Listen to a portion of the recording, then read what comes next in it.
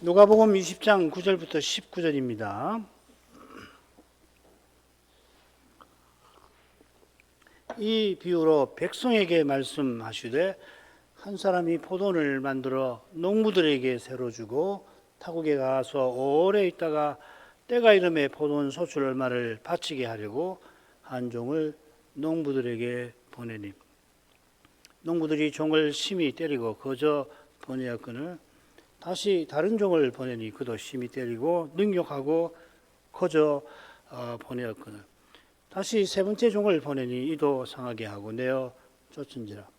포도원 주인이 가로되 어찌 알고 내 사랑하는 아들을 보내리니 저희가 혹 그는 공경하리라 하였더니 농부들이 그를 보고 서로 의논하여 가로되 이는 상속자니 죽이고 그 유업을 우리의 것으로 만들자 하고 포도원 밖에 내어 쫓아 죽였느니라. 그런즉 포도원 주인이 이 사람들을 어떻게 하겠느냐 와서 그 농부들을 진멸하고 포도원을 다른 사람들에게 주리라 하시니 사람들이 듣고 가로되 그렇게 되지 말아지이다 하거늘 저희를 보시며 가라사대 그러면 기록된 바 건축자들의 버린 돌이 모퉁이의 머릿돌이 되었느니라 함이 어찌미뇨.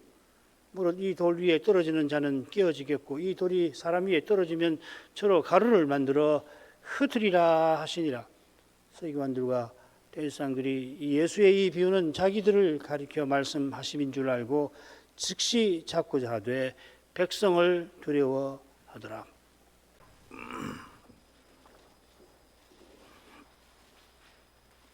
주님께서 입성하시고 이어 성전을 정하시니까 바리새인들이 원망했는데 이어 그들을 보낸 공회가 성전에서 가르치시는 주님을 죽이려고 계합니다. 그 19장 마지막이죠. 밤새 모여 있는지 이튿날 이 공회 대표들이 성전에 와서 주님의 권세를 도전하였습니다. 주님께서 그 권세를 신비하게 드러내심으로 그들의 신문과 시험을 물리치셨습니다. 그때 주님과 공회 대표자들의 대화를 듣던 백성들에게 중요한 비유를 베푸시고 이 비유가 포도원 농부의 비유지요. 줄거리 보십시다. 9절 상반절이 도입구가 됩니다. 백성에게 비유를 베푸셨다 말씀하셨다는 거고, 그다음 9절 하반절부터 16절 상반절까지가 이제 악한 포도원 농부의 비유라고 할 수 있어요. 그리고 16절 하반절부터 19절까지가 백성의 반응, 주님의 교훈, 공회의 반응, 이런 세 가지 중요한 주제가 있습니다. 주님께서 누가복음에서는 백성들에게 이 비유를 베푸십니다.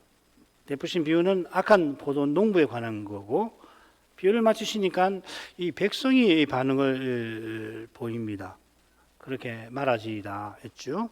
그 반응을 들으시고 주님께서 비유의 교훈을 더 베푸시는데, 그러자 홍해가 주님을 체포하려고 하지만 백성 때문에 포기를 했다 하는 겁니다. 자, 이 줄거리는 마태복음의 같은 비유의 줄거리를 비교해 볼 필요가 좀 있습니다. 말씀드린 대로 이 도입구가 구절이고 백성에게 비유를 말씀하셨다고 되어 있는데, 마태복음에서는 이 공회 대표자들에게 비유를 들으라 이렇게 명령하십니다. 그리고 이제 악한 포도원 농부의 비유가 나오고, 마태복음도 그런데요. 이 마태복음에는 보면은 이 누가복음에 있는 그 마지막 내용, 그러니까 포도원 주인이 어떻게 하겠느냐, 진멸을 시키고 포도원을 다른데 새로 주지 않겠느냐, 이 부분 말이에요. 이 부분이 마태복음에서 어떻게 되냐면 주님이 물으신단 말이죠. 포도원 주인이 어떻게 하겠느냐. 그랬더니 공회가 그런 놈들 다 진멸시키고 포도원을 새 낼 만한 농부에게 줄 것입니다. 이렇게 대답을 합니다.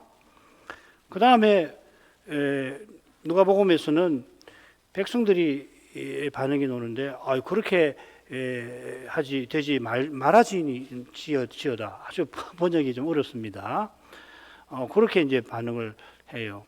이 반응할 때 이제 먼저 공회 대표자들이 진멸시켜 버려야죠. 그렇게 반응하는데 백성들은 그렇게 되지 말아지이다 이렇게 합니다. 그리고 이제 주님의 교훈이 나오고 그다음에 공의 반응이 또 각각 나오는데 비슷합니다. 자, 한 자리에서 같은 비유를 베푸셨는데 누가는 마태와 다른 면을 지금 우리에게 보여주려고 하는 거 아니에요?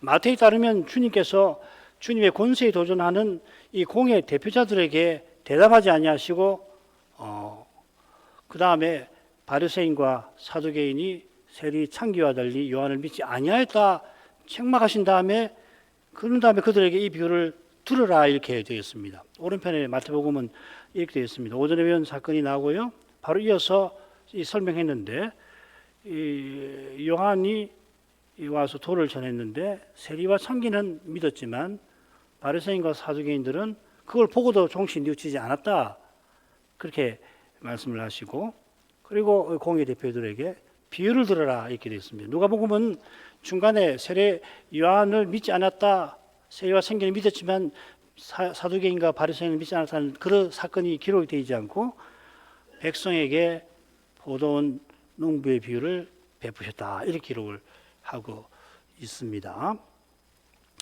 누가는 주님께서 가르침 받고 있던 백성들을 위해서도 이 비유를 베푸셨다 그 점을 강조를 하고 있죠. 그런 점에서 비유 마친 다음에 백성들의 순진한 반응을 누가는 언급을 하는 겁니다. 마태복음에 따르면은 공개가 과격한 반응을 보이지요. 그런 농부들 다 죽여버려야지요. 이렇게 나온단 말이죠. 같은 사건이 벌어지는데 마태는 마태대로 누가는 누가대로 그 사건을 통하여 주님의 행적을 강조하려 하는 것이죠. 참 성경은 희한해요. 똑같은 사건인데도 그 사건 자체가 워낙에 풍부한 교훈을 담고 있어서 마태는 마태대로 누가는 누가대로 그렇게 전한 거지. 이걸 두고 봐라 이게 누가하고 마태하고 당장 다르지 않냐 모순 아니냐 성경에 왜 오류가 있어 이렇게 소위 비평학자들이 말을 하는데 그런 사람들 한 귀로 듣고 한 귀로 흘러버리면 될 정도로 유치한 겁니다 사실은. 자, 도입부로 가죠. 이 비유로 백성에게 말씀하시되 누가는 백성에게 이 비유를 말씀하셨다 합니다.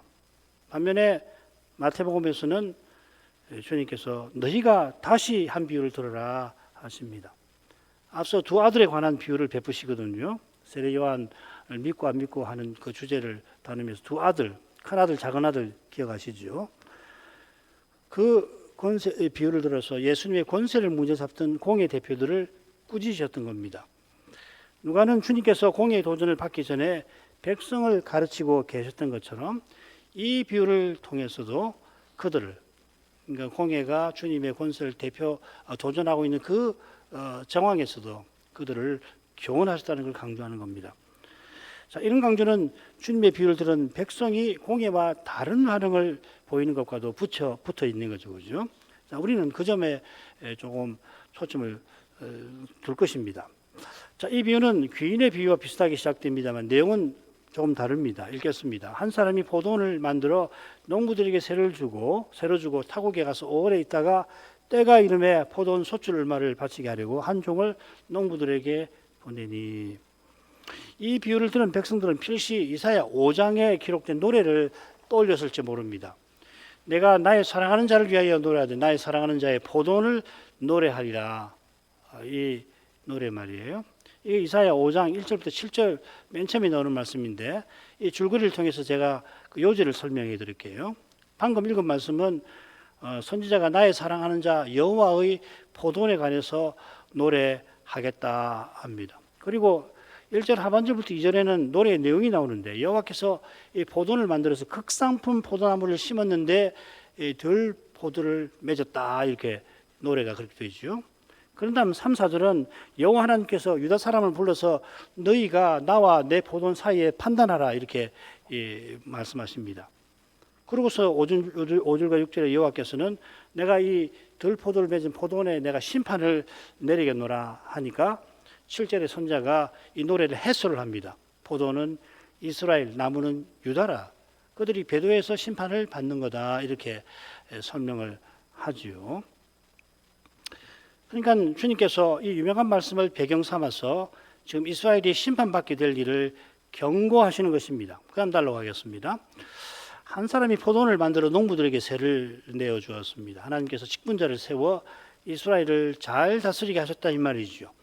이스라엘이 제사장나라와 거룩한 백성다웠게 서나가기를 바라셨던 겁니다. 이게 농부들 들어 포도원 소출 얼마를 바치게 한다는 표현에 담긴 뜻일 것입니다. 그 다음 읽겠습니다. 한 종을 농부들에게 보내니 농부들이 종을 심히 때리고 거저 보내었더니 다시 다른 종을 보내니 그도 심히 때리고 능욕하고 거저 보내었거늘 다시 세 번째 종을 보내니 이도 상하게 하고 내어 쫓은지라. 여호와께서 보낸 종은 선지자입니다. 선지자는 여호와 편에 서서 직분자들이 언약의 나라를 잘 다스리라고 권하기도 하고 그렇지 못하면 책망합니다. 이걸 이 선지자의 소송, 언약 소송이라고도 신학자들은 말합니다. 가령 여호와께서 나단 선지자를 보내서 바세바를 취한 다윗을 꾸짖으셨죠. 그 유명한 그 암양에 대한 비유 나오잖아요.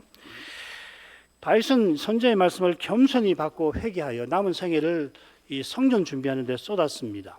이런 아름다운 일도 전혀 없진 않지만 이스라엘 역사는 선지자의 핍박으로 점철되었습니다. 이런 역사가 주인이 종을 보내니 농부들이 심히 때리고 다시 다른 종을 보내어도 심히 때리고 또다시 보내니 상하게 하고 내어 쫓았다 하는 표현에 담겨 있는 것입니다. 엘리야가 저 위대한 승리를 거둔 직후에 이런 일을 들어 여호와께 호소하지 않습니까? 열왕기상 19장 10절입니다. 내가 만군의 여호와 하나님 여호와를 위하여 열심히 특심하오니 이는 이스라엘 자손이 주의 언약을 버리고 주의 단을 헐며 칼로 주의 선자들을 죽였음이오며 오직 나만 남았거늘 저희가 내 생명을 찾아 취하려 하나이다. 내 생명을 이제 조카오니 내 생명을 거두어 가주십시오 하면서 이렇게 호소하죠. 잘 아시는 갈멜살 승리로 거짓 선지자들을 숙청을 하지 않았습니까? 그런데 놀랍게도 그걸 다 보았던 이 백성들이 회개하는 것이 아니라 게다가 아합과 특히 이세벨의 만행은 그치질 않았습니다. 왕비 이세벨이 이스라엘에 시집와서 자기 섬기던 이방 종교를 끌어들일 뿐만 아니라 여호와의 선자들을 탄압하고 살해하였죠.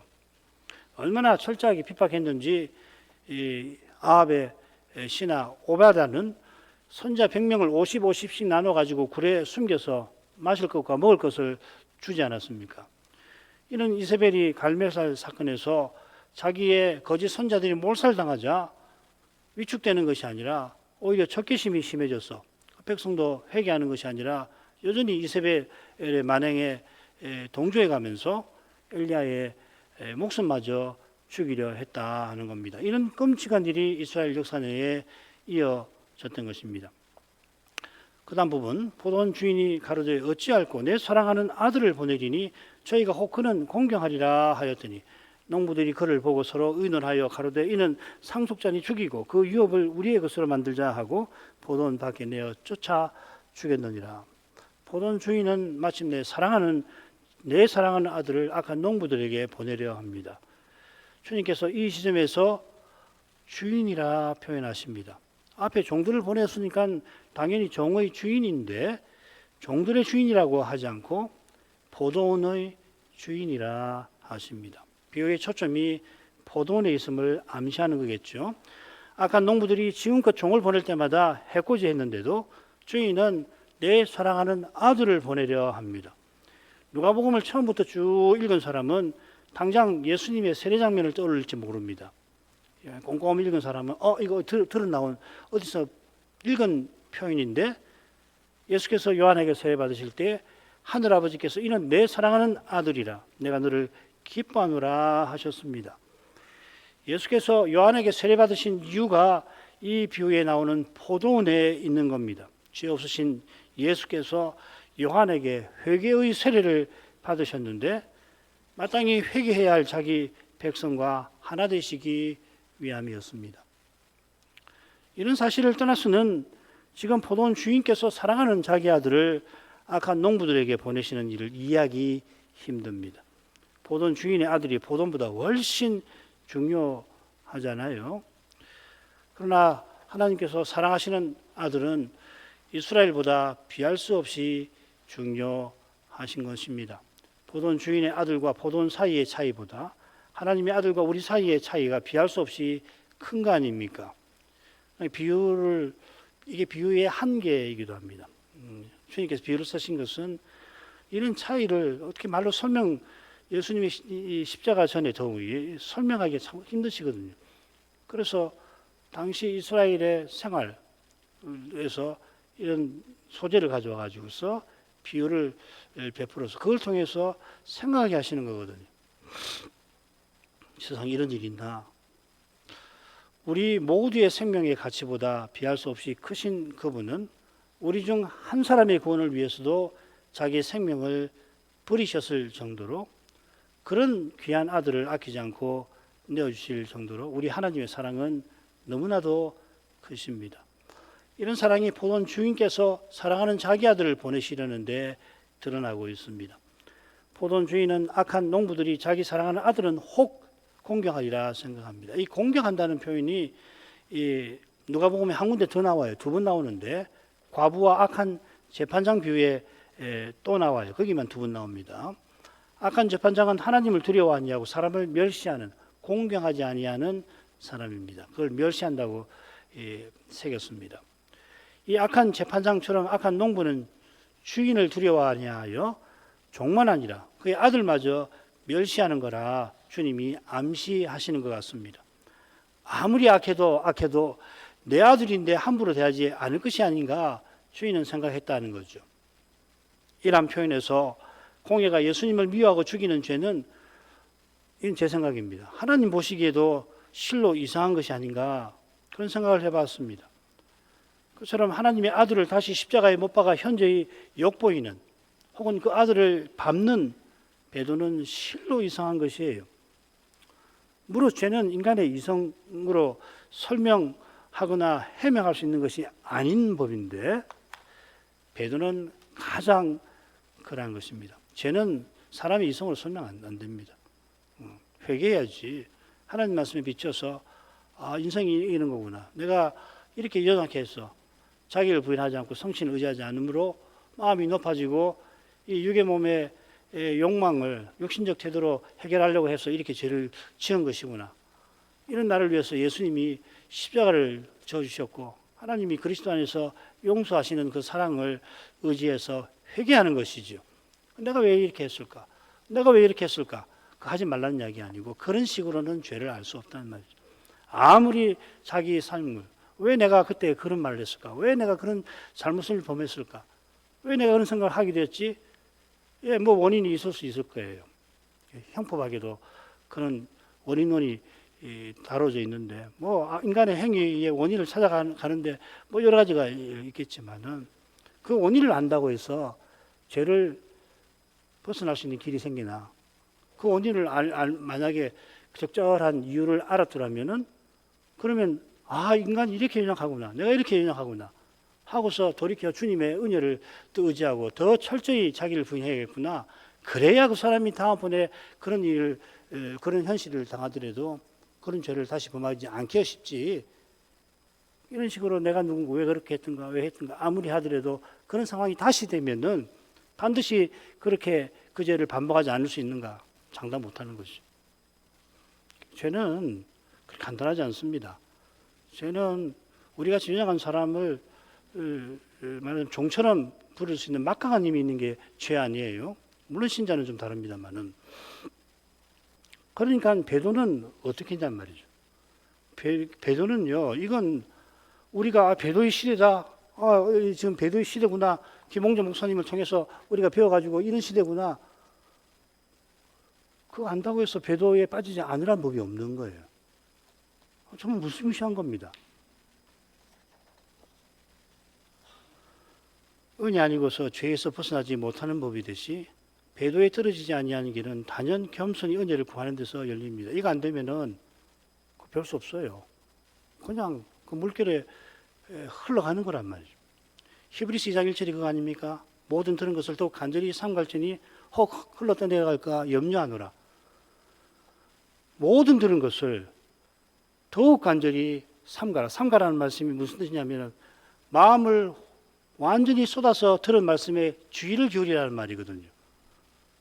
그게 삼가라는 말입니다. 들은 말씀을 하나님 말씀 들릴 때 마음을 다 쏟아서 그 주의를 기울이라는 이야기인데 거기 중요한 말이 뭐냐면 더욱 간절히입니다. 더욱 간절히. 이게 논리적으로 설명하는 게 아니죠. 마음을 다 쏟았으면 간절한 거 아닙니까? 마음을 다 들으면 그만큼 간절한 것이 없잖아요. 그런데 더 간절히 하라고 그랬습니다. 히브리서에. 더욱 간절히 삼갈지라. 오늘 간절히 삼갔으면 내일 또, 아니 내일은 더. 왜 그러냐면 오늘 깨달았거든요. 오늘 깨달았으니 내일은 더 간절히 기울이지 않으면은 사람은 교만해가지고 깨달은 거기에 갇혀버리는 거고. 아, 내가 깨달았다. 기쁘잖아요. 좀더 생각해 보십시오. 세상에 이런 말씀이 다 있나? 얼마나 세상을 다 얻은 것 같고 하나님 말씀이 그냥 다 해명되는 것처럼 그런 기쁨을 느끼기도 하셨을 겁니다. 그런데 더 간절해야 됩니다. 더 겸손해야 됩니다. 그렇지 않으면 이 시대에 밀어닥치는 이 물결을 못 견뎌요. 그만큼 배도는 심각한 거예요. 배도의 시대, 배교의 시대, 귀에 못이 박히도록 들어서 그런가 보다, 내가 꽤 알고 있는가 보다 생각하실지라도 그거 아닙니다.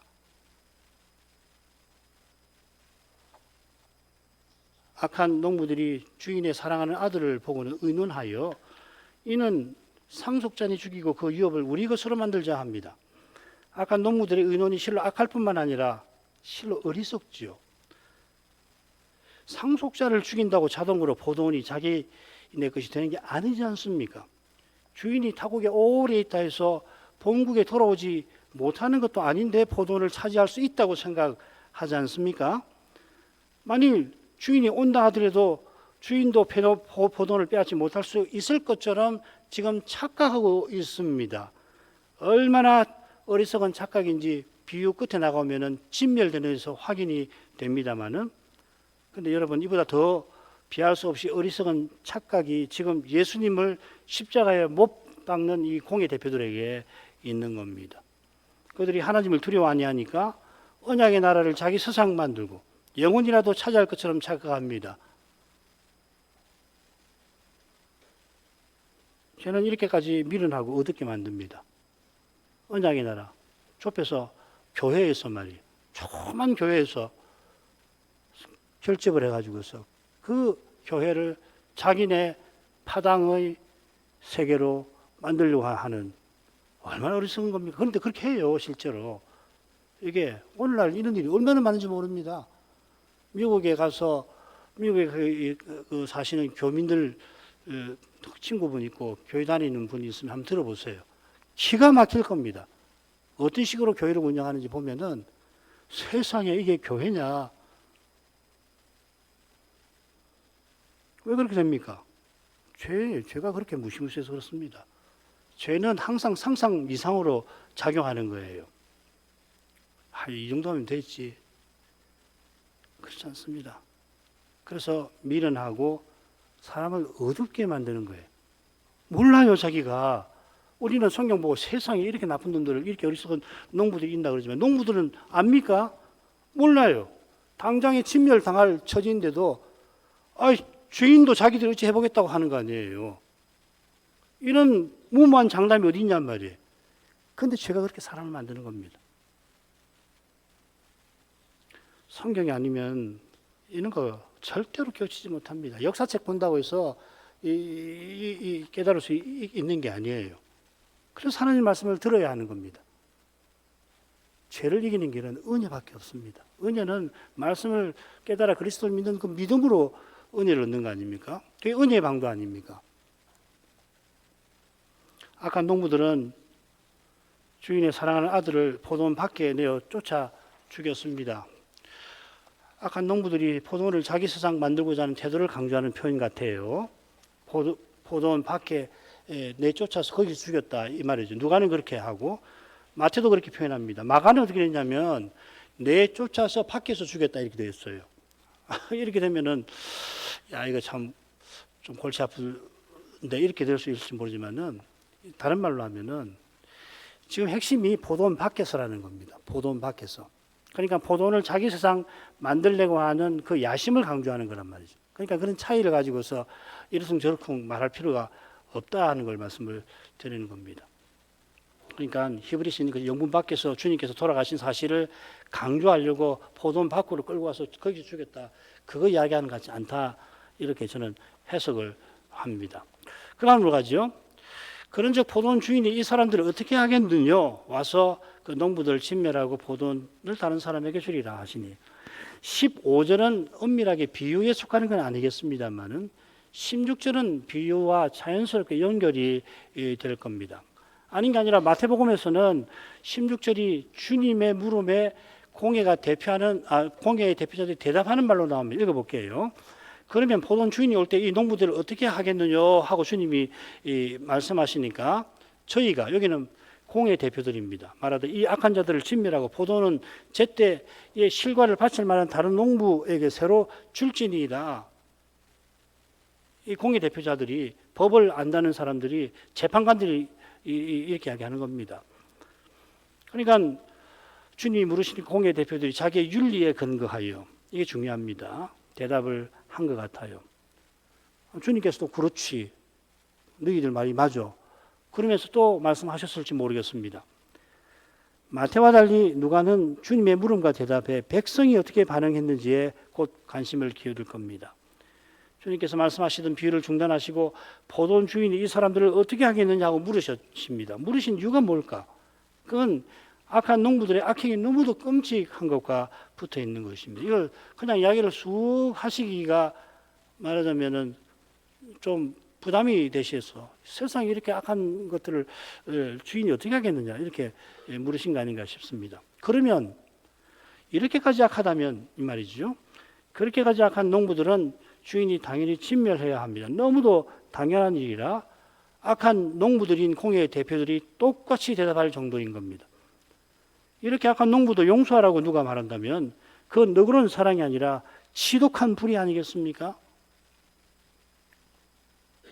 마귀와 짐승과 거짓 선자들을 불못에 던지시는 것이 하나님의 공의이듯이 그리스도를 대적하고 그분의 교회를 허물려고 하는 것은 마귀가 멸망하는 순간까지 노리는 그런 무서운 짓입니다. 이것을 반드시 심판하시고 없이 하셔야 하나님이 공의로우시고 거기서 하나님의 사랑이 우리에게 임하는 겁니다. 마지막으로 가죠. 사람들이 듣고 가로되 그렇게 되지 말아주이다 하거늘 저희를 보시며 가라사대 그러면 기록된 바 건축자들의 버린 돌이 모퉁이에 머릿돌이 되었느니라 함이 어찌미뇨. 무릇 이 돌 위에 떨어지는 자는 깨어지겠고 이 돌이 사람 위에 떨어지면 저로 가루를 만들어 흩으리라 하시니라. 서기관들과 제사장들이 예수의 이 비유는 자기들을 가리켜 말씀하신 줄을 알고 즉시 잡고자 하되 백성을 두려워하더라. 16절 하반절 여기 사람들이라고 번역했는데 그들입니다. 이 백성입니다. 문맥에서 이 백성이라고 읽어야 합니다. 백성이 듣고 그렇게 되지 말아지이다. 예. 이게 바울 서신에 14번 나와요. 유명한 말입니다. 결코 그럴 수 없느니라. 그럴 수 없느니라. 이렇게 번역이 대부분 되어 있습니다. 한 군데인가 빼고는 다 이렇게 번역이 되어 있어요.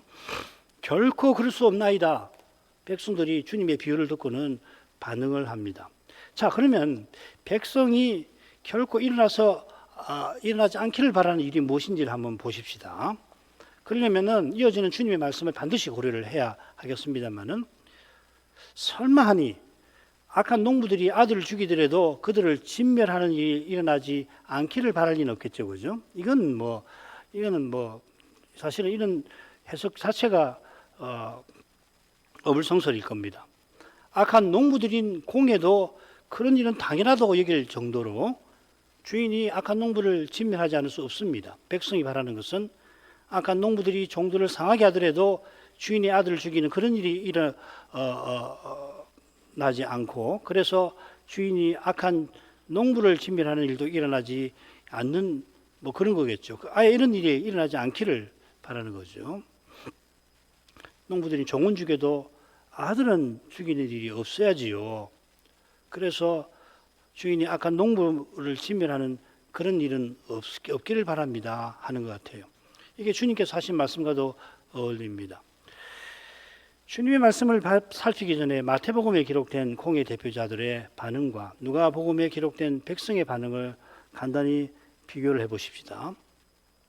공의 대표자들은 재판관답게 주인의 철저한 처벌을 당연시 하는 반면에 백성은 그런 두려운 일이 일어나지 않기를 바랍니다. 두 집단은 분명히 다른 반응을 보입니다만은 죄를 제대로 보지 못하는 점에서는 비슷합니다. 백성은 공의 대표들이 얼마나 악한 죄를 제대로 보지를 못합니다. 방금 그들이 주님의 권세에 도전할 때 그 도전이 얼마나 악한 것인지 아직 채 깨닫지를 못하는 겁니다. 그처럼 악한 공의 대표는 미련해서 자기 죄가 얼마나 심각한지 헤아리질 못합니다. 비유의 농부들처럼 행하는 죄인을 자기네도 당연히 처벌하려 합니다마는 자기 자신이 그 농부들처럼 죄인인 것은 보지를 못하는 겁니다.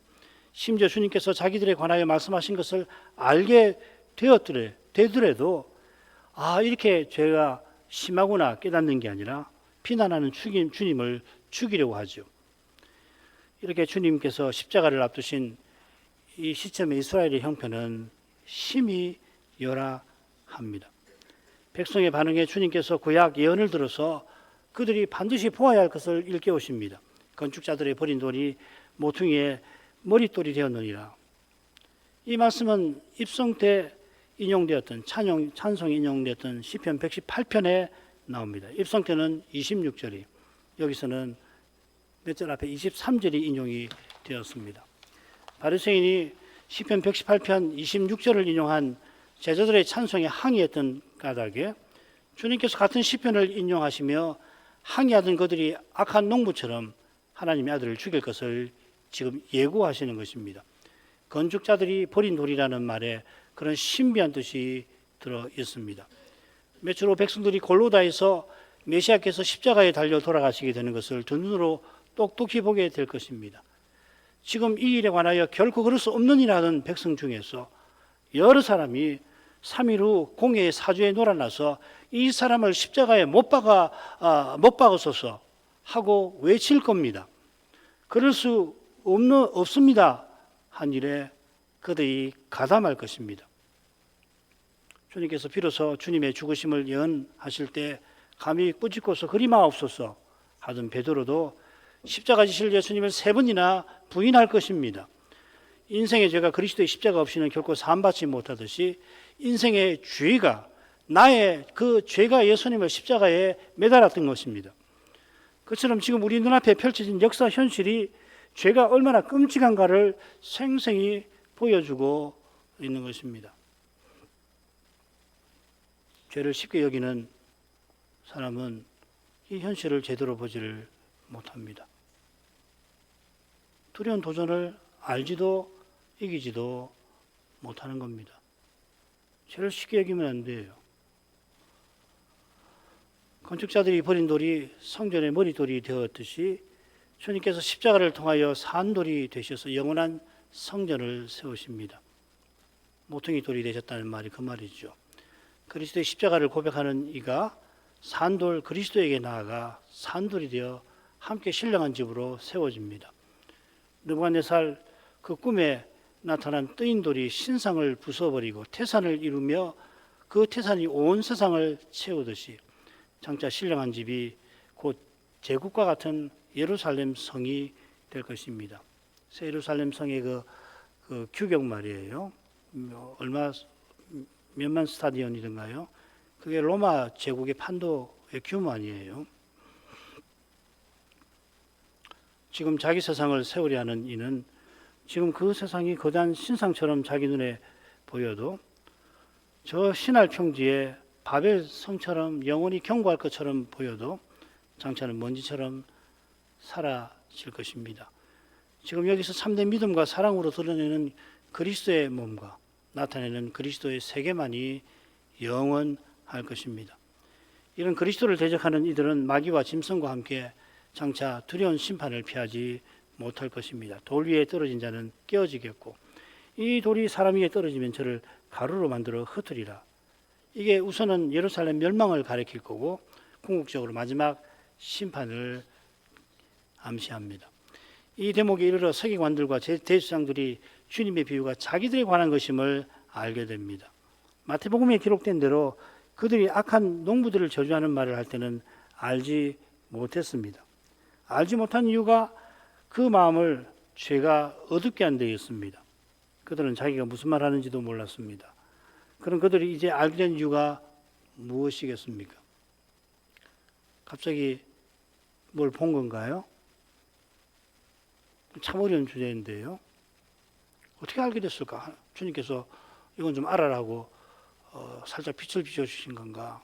별별 생각이 다 드는데 저는 그 이유가 무엇보다 역시 그 마음에 죄에 있다 생각합니다. 주님께서 주님의 권세에 대적하는 그들에게 권세 있게 물으셔서 그들을 주님의 질문에 가두신 것처럼 이제 비유의 해설을 통해서 그들의 마음에 숨긴 저 무서운 죄를 드러내 주시니까 그것을 그들은 도무지 인정할 수 없어 대적하는 겁니다. 죄를 드러내는 주님을 즉시 체포해서 숨기려 합니다. 죄로 어두운 그들의 마음이 더 미련해진 것입니다. 주님께서 이미 수도 없이 그들의 죄를 드러내어 회개하라 하셨습니다마는 지금까지 계속 거부하고 오히려 회개하라 하신 주님을 미워하더니 더욱 무모해졌습니다. 아직은 백성을 두려워서 주님을 체포하지 못하고 명절에도 주님을 죽이지 않으려 합니다마는 그러나 유월절 전날에 그들은 빌라도를 이용하여서 주님을 죽이게 될 것입니다. 영원히 치지 못할, 아니 영원히 형벌받을 무서운 죄를 짓고 말 겁니다. 배도는 이런 것입니다. 기도하겠습니다. 거룩하신 아버지, 공예의 대표들이 주님의 권세에 도전할 때 주께서 백성에게 비유를 들어서 이제 주님의 길에 어떤 일이 있을 것을 알려주신 것을 살폈습니다. 주님께서 태초부터 내내 원수가 자기 종들을 통하여서 악한 종들을 통해서 여호와의 포도원을 망치게 한 일을 지적하시고 이제 독사의 자식들, 즉 뱀의 후손들이 여인의 후손이신 그리스도를 죽이려 할 것을 경고하셨습니다. 그들이 건축자 곧 자기 세상을 세우려 하는 자들이라 거기 걸림이 된다면 그리스도도 죽이려 합니다마는 그들이 세우는 세상이 결국 뜨인들이 이 돌에 부셔져 사라질 것에 불과하고 그리스도께서 세우시는 성전만이 영원히 견고히 설 것을 알게 하십니다. 저희가 이 성전에 속하게 된 이 사실을 기억하여서 이 성전이 사람 눈에 무너질 것 같은 그런 때에도 주께서 이 성전을 영원히 견고히 선하게 하실 것을 의심치 말게 해주시고 성전답게 그 하나님, 성전에 계시는 하나님, 자기 아들 아끼지 않고 내어주신 그 하나님을 나타내며 살게 해 주옵소서. 예수님 이름으로 기도합니다. 아멘.